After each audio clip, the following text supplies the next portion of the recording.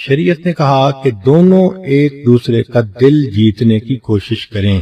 چنانچہ آج کی اس محفل میں چند چھوٹی چھوٹی باتیں جن کے کرنے سے بیوی کا دل خوش ہوتا ہے اور بیوی کرے تو خامن کا دل خوش ہوتا ہے، یہ جو چند باتیں ذہن میں آئیں بس ایک روانی میں لکھ دی گئیں، یہ ساری باتیں نہیں ہیں۔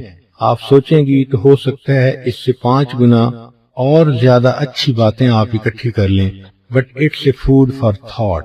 اتنا ضرور ہے کہ ان باتوں سے آپ کو ایک اندازہ ہو جائے گا کہ میاں بیوی کو آپس میں محبت پیار سے کس طرح رہنا چاہیے۔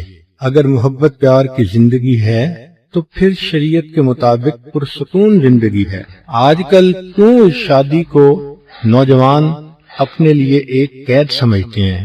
اس لیے کہ شریعت کی پرواہ نہیں ہوتی، دونوں غلطیاں کرتے ہیں اور شادی پھولوں کی سیج کی بجائے کانٹوں کی سیج بن جاتی ہے۔ لطیفہ مشہور ہے کہ نوجوان ڈاکٹر کے پاس گیا، ڈاکٹر صاحب کوئی لمبی عمر کا نسخہ بتائیں۔ اس نے کہا شادی کر لیں۔ تو حیران ہو کے پوچھنے لگا کہ میں نے کہا ہے کہ لمبی عمر کا نسخہ بتائیں اور آپ کہتے ہیں شادی کر لیں۔ ڈاکٹر نے کہا اس لیے کہ شادی کرنے کے بعد آپ کو یہ خیال نہیں آئے گا۔ تو جب شریعت کی خلاف ورزی کی زندگی ہو تو پھر یوں پریشانیاں ہی پریشانیاں ہوتی ہیں، اور اگر شادی کی زندگی محبت پیار کی زندگی نبھانی ہے تو شریعت کو سامنے رکھ کے زندگیاں نبھا لیں۔ پھر دیکھیں اللہ تعالیٰ دلوں کو کس طرح جوڑتے ہیں اور دلوں کو کس طرح ایک دوسرے کے ساتھ نتھی کر دیتے ہیں۔ چنانچہ شادی کے شروع میں مرد نے جو محبت کا اظہار کیا تھا اس کو پوری زندگی کے لیے معیار بنا لیا جائے اور وقتاً فوقتاً ان باتوں کا تذکرہ کرتے رہنا چاہیے۔ تذکرہ کرنے سے یادیں تازہ رہتی۔ شریعت نے کہا کہ مرد جب گھر آئے تو مسکراتا ہوا کشادہ پیشانی سے داخل ہو، دعا پڑھے تاکہ گھر میں برکت ہو، اور بیوی کو محبت بھرا سلام کہے۔ اور بیوی اگرچہ ہی کاموں میں مصروف ہو مگر اپنے آپ کو فارغ کر کے خاوند کا سلام قبول کرے۔ خاوند اپنی بیوی کو 10-15 منٹ فوکسڈ اٹینشن کا دے، اس سے پوچھے آپ کا وقت کیسے گزرا، آپ نے اس دوران کیا کیا۔ اللہ نے عورت کی طبیعت میں فرما برداری رکھی ہے تو ایک ماتحت ہونے کی وجہ سے اس کی فطرت ہے کہ اس سے کارگزاری پوچھی جائے۔ اب اپنا میاں ہی نہیں پوچھے گا تو یہ کس کو بتائے گی، کس کے سامنے دل کھولے گی؟ تو عورت کا جی خوش ہوتا ہے اور اسے فیلنگ ملتی ہے کہ میرے خاوند کو میری زندگی میں دلچسپی ہے، تبھی تو پوچھ رہا ہے کہ وقت آپ کا کیسے گزرا۔ تو اگر بیوی بتائے میں نے یہ کیا تو ایک آدھ سوال بھی پوچھ لیں تاکہ اس کو یہ احساس ہو کہ فقط یہ بات ایک کان سے سن کے دوسرے سے نکال نہیں رہا بلکہ سوچ بھی رہا ہے اور شیئر بھی کر رہا ہے میرے ساتھ، میری زندگی میں اس کو واقعی دلچسپی ہے۔ وقت تھوڑا لگتا ہے مگر ایسا کرنے سے بیوی کے دل کو سکون مل جاتا ہے۔ کبھی کبھی پھولوں کا تحفہ بھی لائیں۔ ویسے تو شریعت میں خود بیوی کو ہی پھول سے تشبیہ دی گئی ہے۔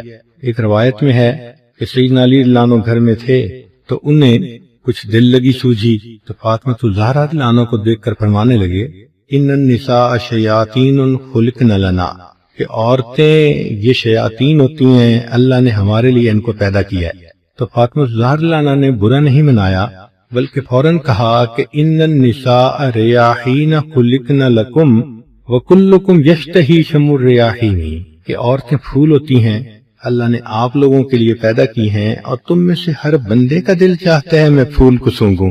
تو علی عنہ مسکرا پڑے اور مان لگے ہاں تمہارا جواب میری بات سے بہت بہتر تھا۔ تو اللہ رب العزت نے خود عورت ہی کو پھول کی طرح بنایا ہے تو اس کے لیے اگر پھول کا تحفہ لائے تو یہ بھی محبت کا ایک اظہار ہوتا ہے۔ ایک بات ذہن میں رکھنا کہ عورت کی فطرت ہے کہ مرد جب بھی تحفہ لائے گا وہ اس کی مارکنگ میں اس کو ایک ہی نمبر دے گی، چاہے وہ تحفہ چھوٹا ہو اور چاہے وہ تحفہ کتنا بڑا قیمتی کیوں نہ ہو۔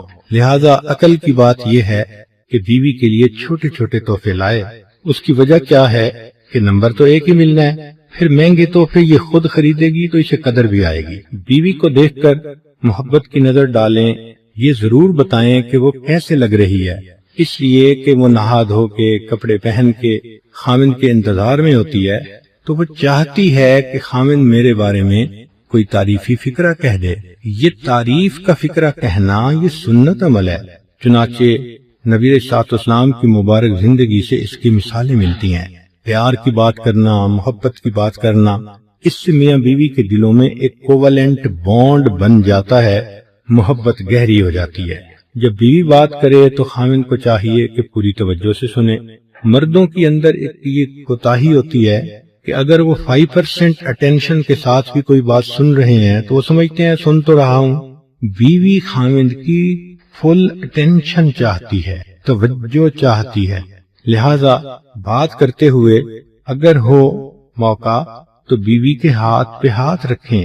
یہ ایک رابطہ جو ہاتھ کا ہے، اس سے بیوی کو اپنائیت کا احساس ہوتا ہے۔ اگر آپ دفتر میں یا بزنس میں ہیں تو درمیان میں سے وقت نکال کے ایک چھوٹی سی کال کر کے بیوی کی خیریت ضرور دریافت کر لیں، ضرورت دریافت کر لیں۔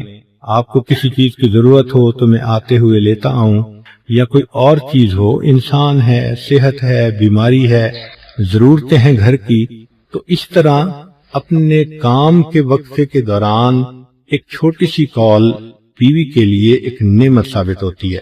بیوی کو ہر روز بتائیں کہ آپ اس سے محبت کرتے ہیں۔ یہ سوچ لینا کہ اب بیوی ہے، محبت آپ سے ہی تو کرتا ہوں، نہیں، اس کی ضرورت ہوتی ہے۔ اس لیے تو حدیث پاک میں آتا ہے کہ نبی صاحب نے فرمایا، حمیرہ تم مجھے مکھن اور کھجور کو ملا کر کھانے سے زیادہ پسندیدہ ہو۔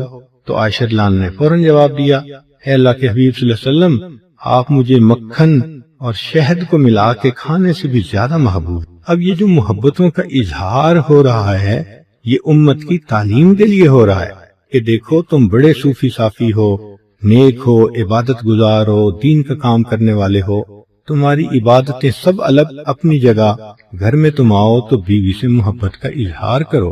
چپ رہنا، منہ بنائے رکھنا اور کہنا کہ ہاں آپ ہی سے تو محبت کرتا ہوں اور کس سے کرتا ہوں، محبت اظہار چاہتی، نہ مشک چھپ سکتا ہے نہ عشق چھپ سکتا ہے۔ جس خاوند کے دل میں محبت ہوگی اس کی باتوں سے اس کا اظہار ہو کر رہے گا، بیوی کے دل میں محبت ہوگی اس کی باتوں سے اظہار ہو کر رہے گا۔ اسی طرح اگر خاوند شہر سے باہر کا سفر کرے تو اس کو چاہیے کہ باہر کے شہر میں بھی اپنے فون کو آن رکھے، بند نہ کر دے، اور اگر آن رکھے تو اس کو اٹھا بھی لیا کرے، کیونکہ کئی مرد جب دوسرے شہر میں جاتے ہیں تو سمجھتے ہیں کہ جان چھوٹ۔ سنت یہ ہے کہ انسان نے سفر پر جانا ہو تو جانے سے پہلے بھی بیوی سے ملاپ کرے، اور اگر سفر سے واپس آنا ہو تو واپس آنے کے بعد بھی ملاپ کرے۔ حضرت شیخ الحدیث مولانا زکریا رحمۃ اللہ علیہ نے بھی اس کی بہت اہمیت لکھی۔ مرد کو چاہیے کہ وہ بھی بیوی کے لیے اچھے کپڑے پہنے، خوشبو لگائے، اسوہ صحابہ پر عمل کرے۔ چنانچہ ایک صحابی کے بارے میں آتا ہے کہ وہ بہت اچھی خوشبو لگا کے رکھتے تھے، تو پوچھنے پر انہوں نے فرمایا کہ میری 2 بیویاں ہیں اور میرا جی چاہتا ہے کہ میں ان کے لیے ایسا بن کے رہوں کہ ان کے دل میرے پاس آ کر مطمئن ہو جائیں۔ شریعت نے کہا کہ اگر خاوند بیوی سے خصوصی وقت لینا چاہتا ہے تو اس کے لیے پیغام بھیجے۔ صحابہ نے کہا، اے اللہ کے حبیب صلی اللہ علیہ وسلم، قاصد بھیجنے سے کیا مراد؟ تو فرمایا کہ بوسا یہ قاصد ہوتا ہے، یعنی بیوی کو محبت کی نظر سے دیکھنا، کوئی ایسا لفظ بولنا کہ بیوی کو پتا ہو کہ خاوند ملاپ چاہتا ہے، یا بیوی کو بوسا لینا، یہ سب چیزیں۔ اب دیکھیں شریعت کی کیا خوبصورتی ہے کہ پہلے سے اگر ایک بات کر دی جائے گی تو دوسرے بندے کا ایک ذہن ہوتا ہے، اگر وہ پہلے کسی کام میں مصروف بھی تھا تو اب ذہن بن جانے کی وجہ سے اس کو میل ملاپ کی بھی دلچسپی زیادہ ہو جاتی ہے۔ یہ کوئی کام ایسا تو نہیں کہ انسان جانور کی طرح آئے اور ایک دوسرے کے ساتھ مل لے، انسان ہے، باتیں ہیں۔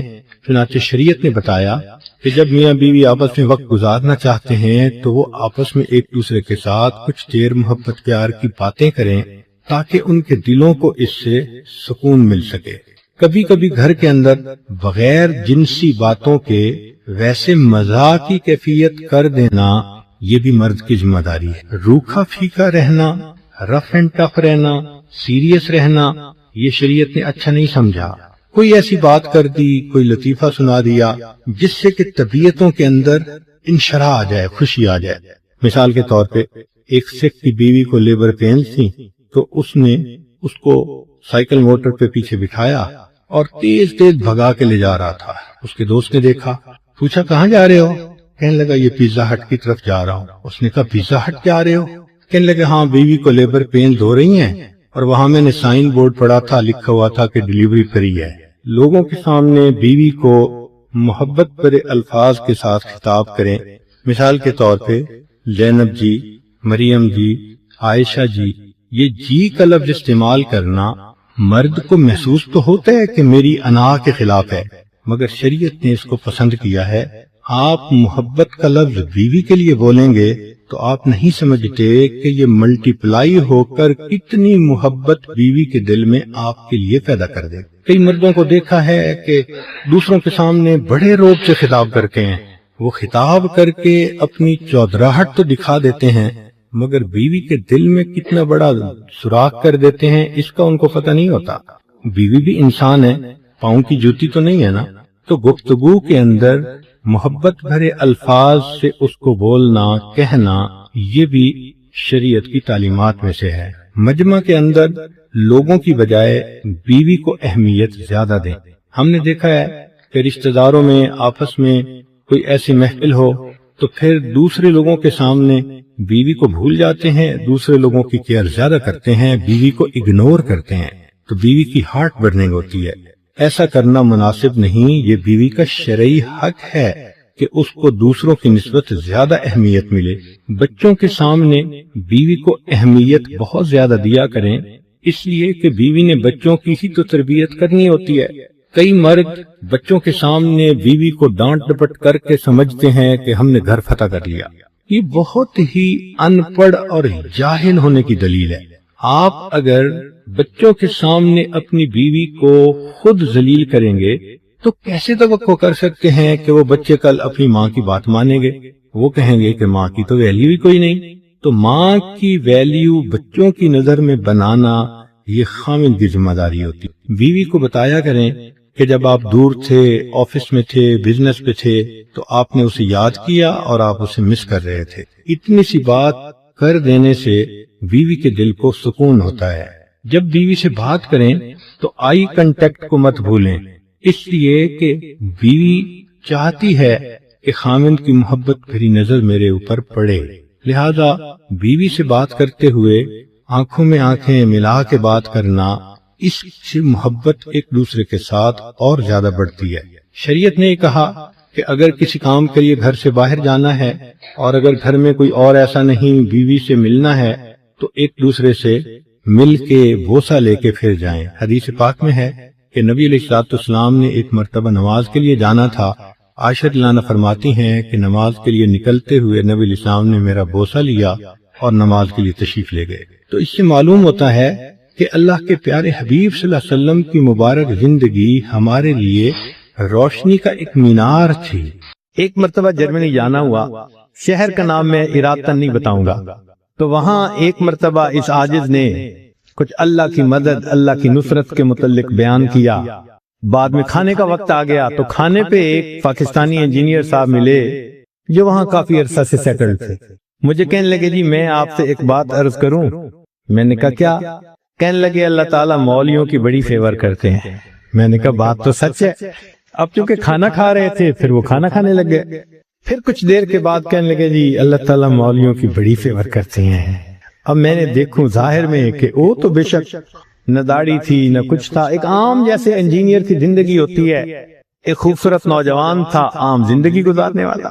جب کھانا ختم ہونے لگا نا تو پھر ذرا میرے وہ قریب ہو کے بیٹھ گیا، پھر کہتا ہے جی اللہ تعالیٰ مولویوں کی بڑی فیور کرتا ہے۔ اب مجھے سمجھ لگی کہ یہ کچھ کہنا چاہتا ہے لیکن ذرا اس کو وقت چاہیے، علیحدگی چاہیے۔ تو وہ ہم لوگ الگ کرسیوں پہ جا کے بیٹھ گئے۔ میں نے ان سے پوچھا آپ کیا کہنا چاہتے ہیں جو بےتاب ہے اتنی دیر سے؟ کہتے ہیں جی اپنا واقعہ سنائیں۔ کہنے لگا جی میں نے لاہور سے انجینئرنگ کی، پھر یہاں ایک کمپنی میں میری نوکری لگی، بہترین نوکری، زبردست تنخواہ، اور میں انٹیلیجنٹ بھی بڑا۔ میں پچھلے اتنے سالوں سے اس کمپنی میں نوکری کر رہا۔ ہمارے دفتر میں یہاں کے ماحول کے مطابق مرد بھی انجینئر ہیں، لڑکیاں بھی انجینئر ہیں۔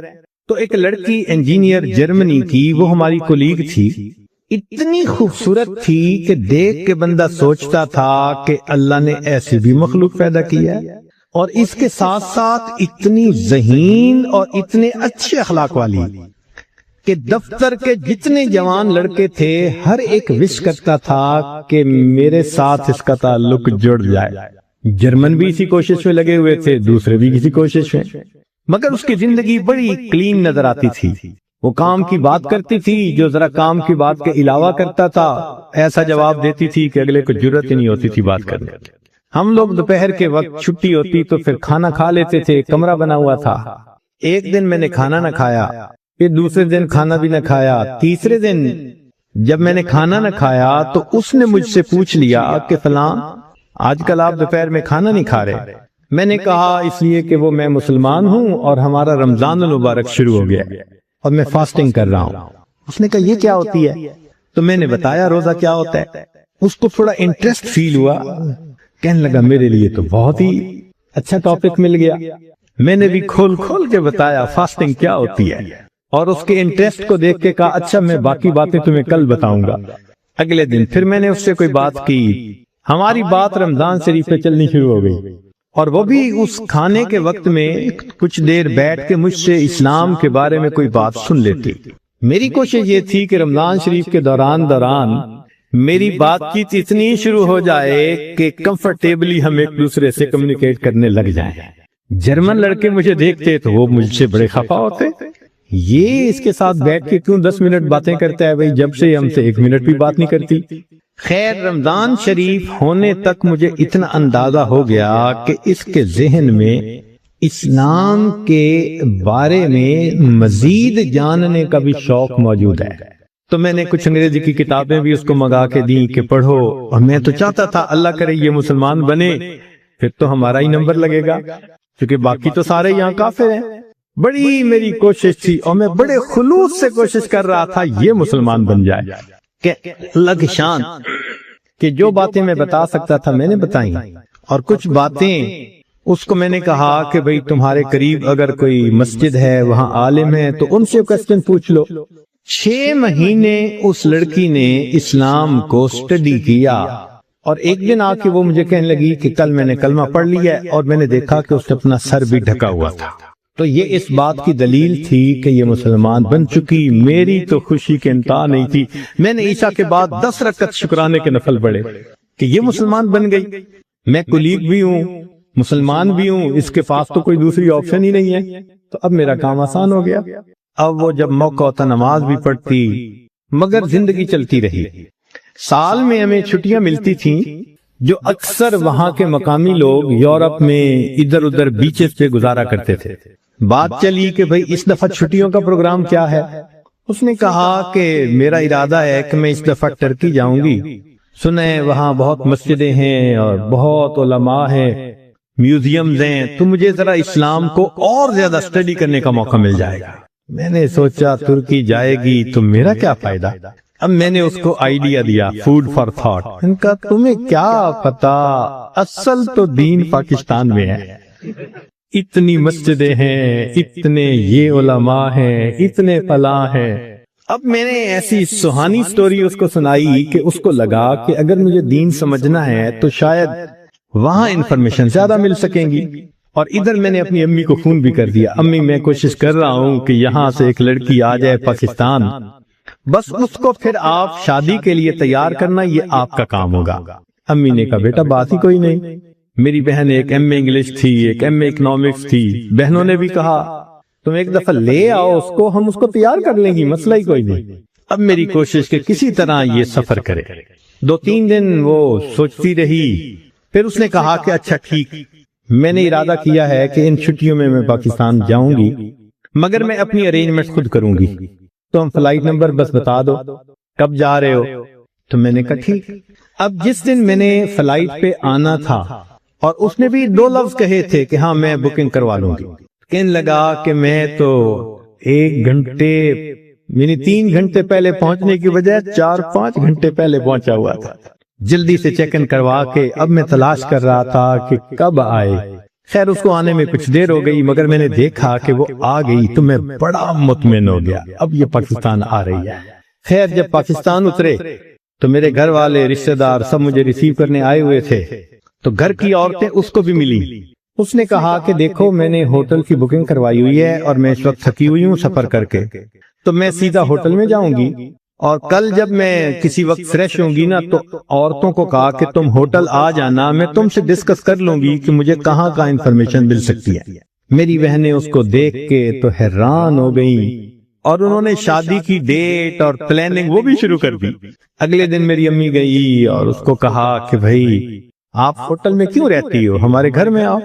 اس نے کہا میں ذرا یہاں کمفرٹیبل ہوں۔ امی نے کہا چلو کھانا کھانے ہی آ جاؤ۔ اس نے کہا ٹھیک، تو وہ ایک وقت کھانے کے لیے گھر امی کے ساتھ آ گئی۔ ہمارا گھر ڈیفنس کے اندر اتنا بڑا بہترین محل نما گھر تھا، اور بزنس تھا ہمارا، کار ڈیلرشپ تھی۔ اب جو کار ڈیلر ہو وہ تو کروڑوں پتی ہوتا ہے۔ چھوٹا بھائی میرا مجھ سے بھی زیادہ خوبصورت نوجوان۔ خیر میری بہنوں نے بڑی کوشش کی کہ بھئی کسی طرح وہ ہاں کر دے کہ میرے ساتھ اس کی شادی پہ وہ راضی ہے، مگر وہ خاموش ہو جاتی، وہ ہاں نہیں کرتی تھی۔ پریشانی ہونے لگ گئی، دن گزر رہے ہیں اور ہاں نہیں کر رہی ہے۔ تو کہنے لگے کہ ایک دن جو ہے امی نے کہا کہ بیٹا اگر تم سے وہ راضی نہیں تو تمہارا چھوٹا بھائی بھی تو ہے، ہم اس کی آپشن دے دیتے ہیں۔ میں نے کہا ٹھیک ہے کوئی بات نہیں۔ امی نے چھوٹے بھائی کی آپشن دے دی، وہ سن کے پھر چپ ہو گئی۔ حتیٰ کہ آدھے سے زیادہ دن گزر گئے، فرض کرو 20 دن اس نے رہنا تھا تو 10-12 دن گزر گئے۔ اب امی کو ذرا فکر ہونے لگ گئی کہ یہ نہیں مانے گی۔ ہم پریشان بھی تھے۔ اللہ کی شان ایک دن وہ امی کے ساتھ بیٹھی بات چیت کر رہی تھی، کچھ کہنے لگا میرے ایک چچا ہیں، تبلیغی بندے ہیں، سارا دن مسجد میں پڑے رہتے ہیں اور کام ہی کوئی نہیں ان کو۔ ان کا ایک بیٹا ہے اور اس بیٹے کو انہوں نے جامعہ اشرفیہ سے مولوی بنا دیا۔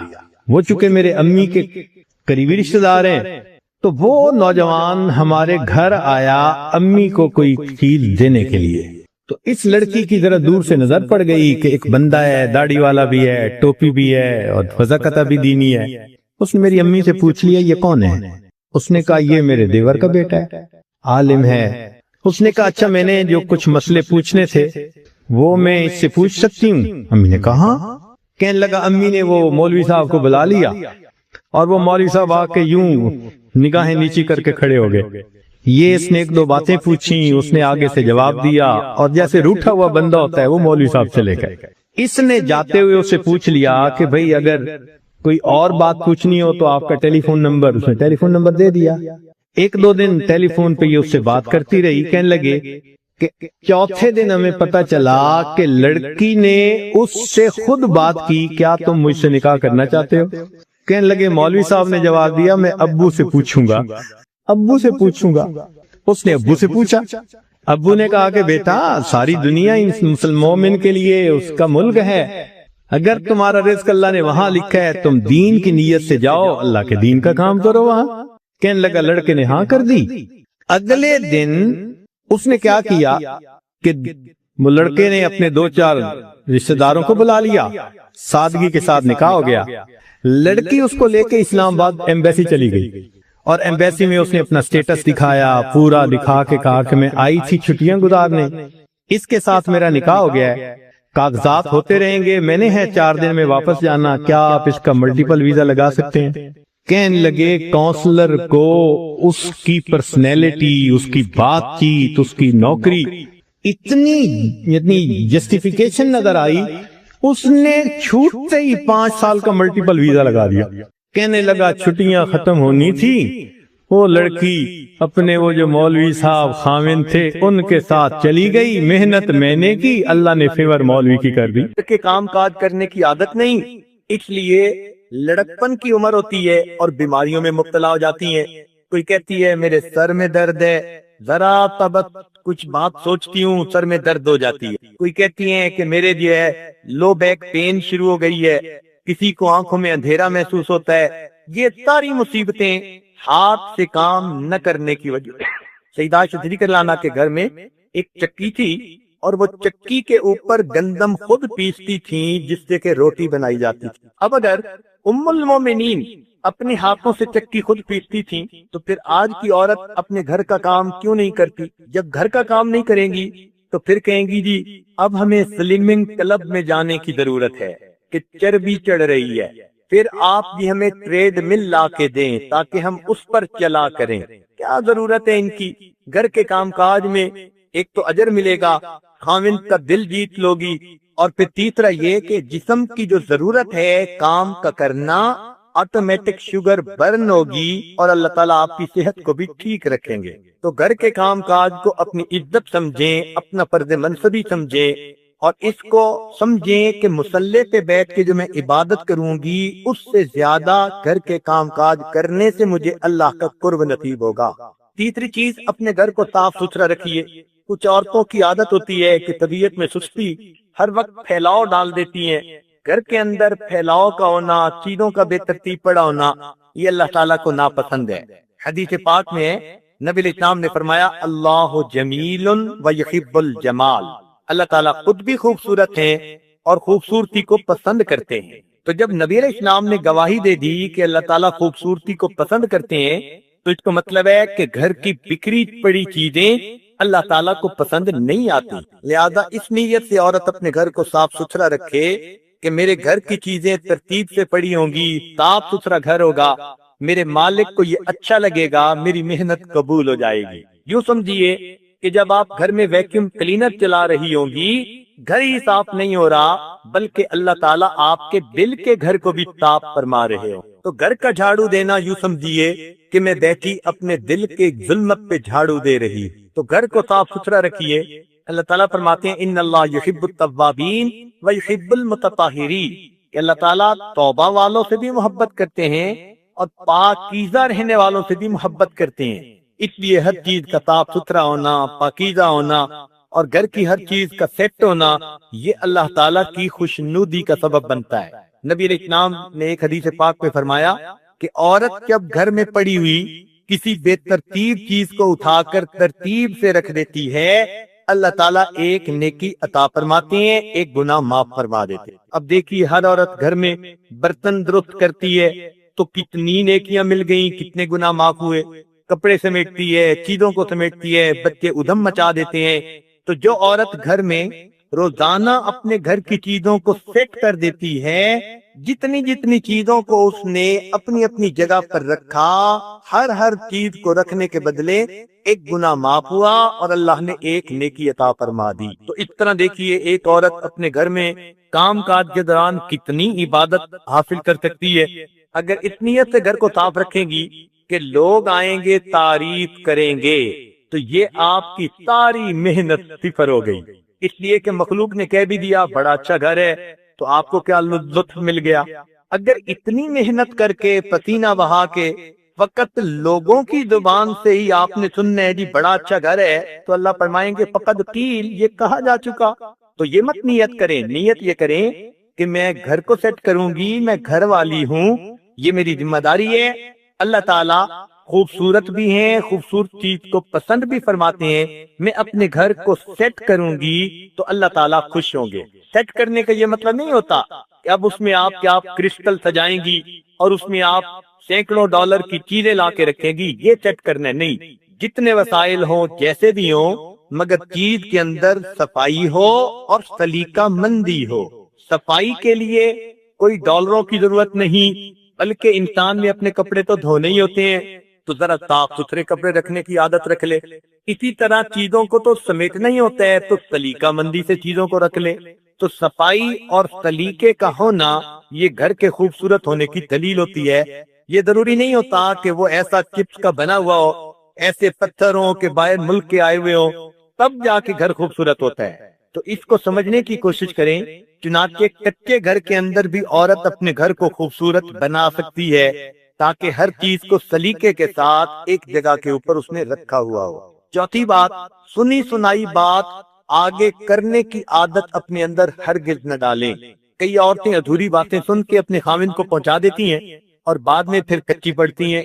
یہ بہت بری عادت ہے، ذرا سی بات سن کے اس کو آگے پھیلانا شروع کر دینا۔ ایسی بات جلدی نہیں آگے کرنی چاہیے، بلکہ جس طرح ایک ٹرانسمیٹر ایک ریسیور ہوتا ہے کہ وہ ہر اسٹیشن کو ریسیو نہیں کرتا، خاص اسٹیشن کی ویو لینتھ کو ریسیو کرتا ہے۔ بس آپ بھی اپنے کانوں کے ٹرانسمیٹر کو ایسا سیٹ کریں کہ جو بھی عورت کوئی بات کر رہی ہے بس کانوں تک تو سب آ جائے، دل میں ہر بات کو نہ جانے دیا کریں، دل میں وہی بات جائے جو ٹھیک ہو، شریعت و سنت کے مطابق ہو۔ سنی سنائی باتیں جلدی سے ادھر کر دینا ادھر کر دینا، یہ عورت کے لیے مصیبت کا سبب بن جاتا ہے۔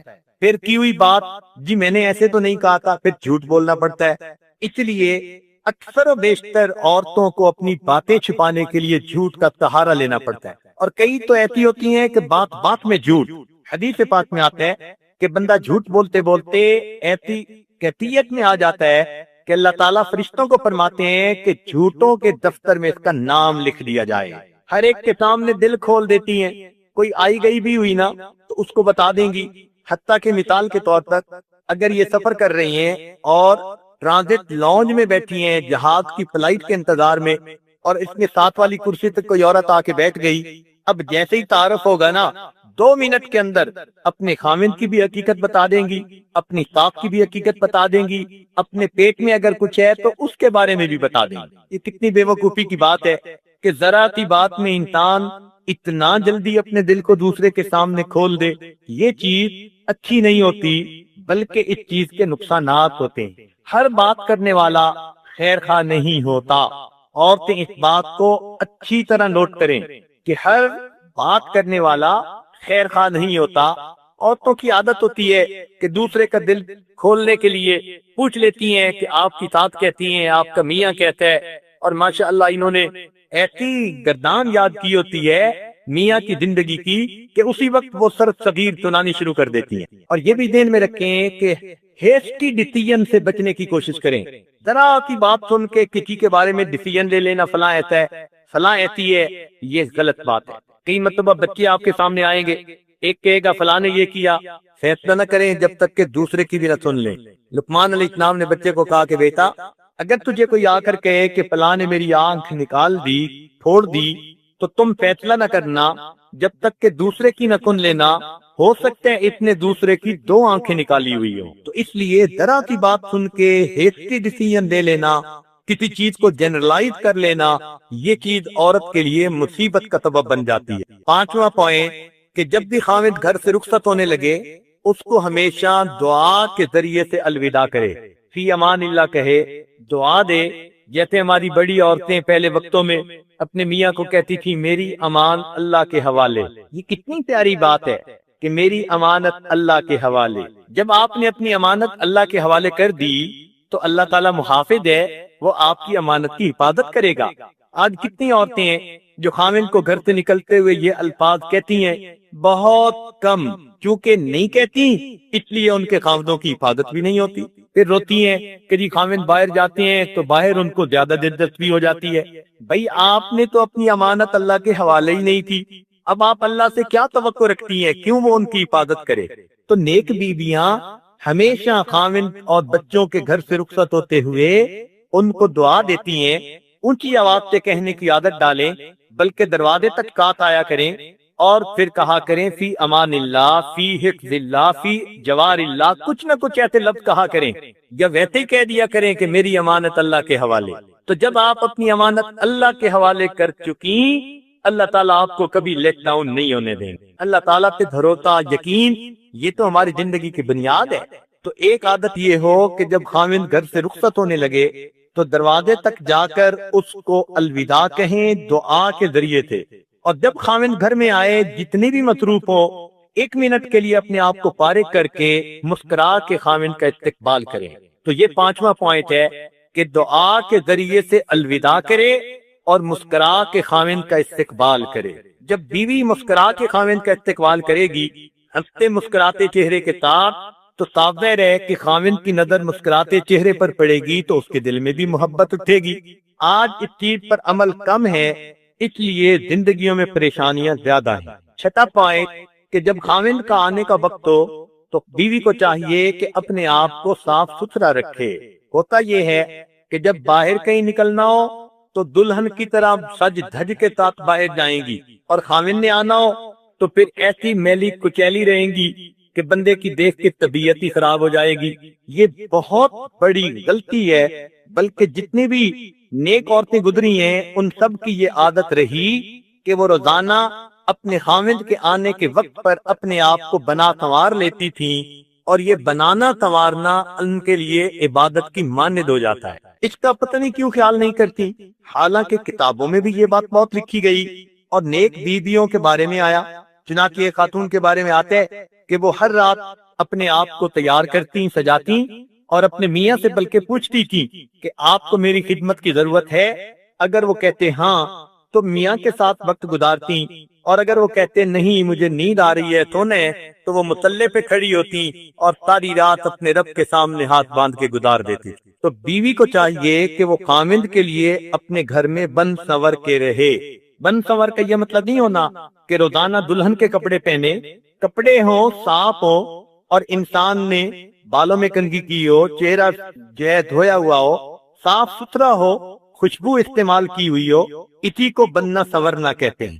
تو یہ بننا سنورنا عورت کے گھر کے فرائض میں سے شامل ہے، اس میں سستی ہرگز نہیں کرنی چاہیے۔ باہر جائیں آپ تو سادہ کپڑوں میں جائیں، باہر زربرق لباس پہننے کی ضرورت نہیں، سادہ کپڑوں میں باہر جائیں گی فتنوں سے بچ جائیں گی۔ یاد رکھیں، لباس کی سادگی عورت کے حسن کی حفاظت کا سبب بن جاتی ہے۔ لباس کی سادگی عورت کے حسن کی حفاظت کا سبب بن جاتی ہے۔ اس لیے دستور بنائیں کہ جب باہر جائیں تو کپڑے صاف ستھرے ہوں مگر سادہ ہوں، گھر میں ہوں تو پھر کپڑے اپنے خاوند کے لیے جو بھی پہن سکتی ہیں، مگر اپنے آپ کو بنا سنوار کے تیار رکھیں۔ اس لیے نبی علیہ السلام نے صحابہ کرام کو ایک دفعہ فرمایا، وہ اپنے لشکر سے واپس آ رہے تھے، مدینہ کے باہر آپ نے قیام فرمایا، اور قیام حالانکہ گھر بہت قریب تھے اور گھر جا بھی سکتے تھے، مگر نبی علیہ السلام نے فرمایا کہ نہیں، تم رک جاؤ اور اپنے گھروں میں اطلاعیں بھجوا دو تاکہ بیویاں اپنے آپ کو خاوندوں کے لیے تیار کر لیں۔ تو نبی علیہ السلام کی سنت سے پتہ چلتا ہے کہ عورتوں کے لیے یہ نبی علیہ السلام کی تعلیم ہے، گویا نبی علیہ السلام کی سنت پر عمل کریں گی۔ تو جب عورتوں کو پتہ ہو کہ اب میاں کے آنے کا وقت ہے تو ان کو چاہیے کہ اس وقت میلے منہ پہ میک اپ کرنے کی بجائے ذرا صاف ستھری ہو کر رہیں، تاکہ نبی علیہ السلام کی سنت کے اوپر ان کو عمل نصیب ہو سکے۔ جب خود ہی صاف ستھری نہیں رہیں گی تو کیسے توقع کرتی ہیں کہ خاوند کے دل میں ہماری روز نئی محبت ہونی چاہیے؟ پھر خاوند توجہ ہی نہیں کرتے اور پھر روتی پھرتی ہیں کہ جی ساری دنیا کے ہوئے میرے سوا، ساری دنیا کے ہوئے میرے سوا، میں نے دنیا چھوڑ دی جن کے لیے۔ جب آپ نے ان کے لیے دنیا چھوڑ دی تو اب اپنے آپ کو ذرا صاف ستھرا بھی رکھیے تاکہ میاں کی طبعاً بھی آپ کی طرف محبت کا جذبہ زیادہ ہو جائے۔ ساتویں بات کہ تقریبات میں جانا پڑتا ہے رشتہ داروں میں، صلہ رحمی کی نیت سے جائیں۔ صلہ رحمی کہتے ہیں رشتہ داریوں کو جوڑنا، رشتے ناتوں کو جوڑنا، اس کو صلہ رحمی کہتے ہیں۔ اور اللہ تعالیٰ کو یہ بات بہت پسند ہے کہ لوگ رشتہ داریاں ایک دوسرے کے ساتھ جوڑیں، محبت و پیار کے ساتھ رہیں۔ جب بھی آپ تقریبات میں جائیں تو صلہ رحمی کی نیت سے جائیں، یہ نیت نہ ہو کہ ہم نہیں جائیں گی تو وہ بھی نہیں آئیں گے۔ اپنی طرف سے آپ صلہ رحمی کی نیت کر کے جائیں تاکہ آپ کا جانا بھی عبادت بن جائے۔ مخلوط محفلوں سے بچیں۔ آپ کو پتہ ہو کہ جہاں پردے کا کوئی انتظام نہیں، ایسی محفلوں میں جانے سے آپ پرہیز کریں۔ جائیں بھی تو آپ پردے میں رہیں، خود بخود رشتہ داروں کو محسوس ہو جائے گا کہ اس بچی کے لیے ہمیں پردے کا انتظام کرنا ہے۔ بعض نیک بیویاں اپنی بہنوں کی شادی میں گئیں اور ان کی شادی میں پردے کا اہتمام بھی نہیں تھا، ایک ہفتہ اپنے گھر کے اندر وہ برقعے کی کیفیت میں رہیں۔ تو نیک بچیاں شرعی حقوق بھی پورے کرتی ہیں مگر اللہ کے حکم کو بھی مد نظر رکھتی ہیں، اس سے بھی پیچھے نہیں ہٹتی۔ تو مخلوط محفلوں سے بچیں۔ ایک اچھا دستور جس کو ہم نے بھی اپنی زندگی میں آزمایا وہ یہ ہے کہ اگر کسی کے ہاں خوشی کی تقریب ہو تو تقریب کے دن جانے کی بجائے آپ ایک دن پہلے چلی جائیں اور اپنی طرف سے ان کو کوئی ہدیہ اور تحفہ دے دیں اور ان سے کچھ وقت بیٹھ کے باتیں کر لیں اور ان کو کہیں کہ پردے کی مجبوری کی وجہ سے تقریب میں شرکت میرے لیے مشکل ہے، اس لیے میں ایک دن پہلے آ گئی کہ میں آپ کو مبارکباد دے دوں۔ اسی طرح اگر کسی کے ہاں غمی کی کوئی بات ہے تو غمی والے دن جانے کی ضرورت نہیں، اس لیے کہ اس دن عام طور پہ گھروں میں بے پردگیاں ہوتی ہیں، لوگ مسئلے مسائل پردے کے ان کو کوئی خیال نہیں کرتے، لہذا غمی کی کیفیت میں آپ دوسرے دن جانے کی عادت بنا لیں اور ان کو جا کے پرسہ دیں اور بتائیں کہ میں کل نہ آئی اس لیے کہ میرے لیے پردے کا معاملہ تھا۔ تو جب آپ رشتہ داروں کو یہ بات بتا دیں گی کہ مخلوط محفلوں میں مجھے نہیں آنا، جہاں مخلوط محفلیں ہیں آپ خوشی کی تقریب میں ایک دن پہلے جائیں اور تحفہ دے کے آ جائیں، اور غمی کی تقریب میں ایک دن بعد میں جائیں، کیونکہ دوسرے دن پہ پردے کا اتنا پرابلم نہیں ہوتا جتنا پہلے دن ہوتا ہے۔